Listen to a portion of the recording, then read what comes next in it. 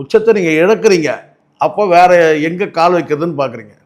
ஒரு ஒரு பிம்பம் உடையுது. ஒரு பெரிய கல்ட்டு, பெரிய சினிமா பிரபலன்ற அந்த இது வந்து உடையுது. ஏன்னா அடுத்தடுத்து வரும்போதெல்லாம் பயமாக இருக்குது. திடீர்னு சிவகார்த்திகேயன் வரான், திடீர்னு விஜய் சேதுபதி வரான், திடீர்னு இவன் வரான், அவன் வரான், இவன் நாளைக்கு ஏதோ நம்ம பிடிங்கின்னு போயிடுவானுங்களோ, நம்மக்கிட்ட இருக்கிறத பிடிங்கின்னு போயிடும், அந்த பயம் இருந்துகிட்டே இருக்குது.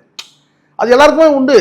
அது விஜய்க்கு வந்து அதிகமாக உண்டு. ரஜினியே ஒரு தடவை சொன்னார், இந்த சூப்பர் ஸ்டார் பட்டம்லாம் நான் ஈஸியாக வாங்கிட்டேன், அதை தக்க வைக்கிறது ரொம்ப கஷ்டமாக இருக்குது.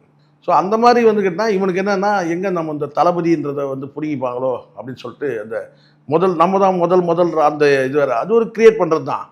நான் தான் நம்பர் ஒன் சொல்லிட்டு. ஸோ இந்த சுச்சுவேஷனில் வந்து நான் உச்சத்தை விட்டுட்டு வரேன் கிடையாது. அவ்வளோதான் உச்சம். அவ்வளோதான் கேட்டால் இவர் நினைக்கிற உச்சம் நினைக்கிறேன், இதுக்கு மேலே போக முடியாது. ரஜினி இடத்த தொட முடியாது. அப்போ இருக்கிற இடத்துல வந்து பார்த்தீங்கன்னா அடுத்தடுத்து படங்கள் வந்து போகும்போது பார்த்தீங்கன்னா இவர் வந்து நிற்கணும். அப்போ என்ன பண்ணலாம்? இதை தவிர வேறு வழி கிடையாது. நம்ம வந்து இருக்கிற அந்த கும்பலை காமிச்சு நம்ம வந்து அரசியலுக்கு மாறிடலான்ற அந்த எண்ணம் தான் அது இருக்குது. இந்த பிளாட்ஃபார்ம்லேருந்து அந்த பிளாட்ஃபார்ம் தாகிறது, இங்கேருந்து இந்த குழியிலேருந்து இன்னொரு குழிக்கு தான்றது, அந்த மாதிரி தான் அவர் பண்ணது.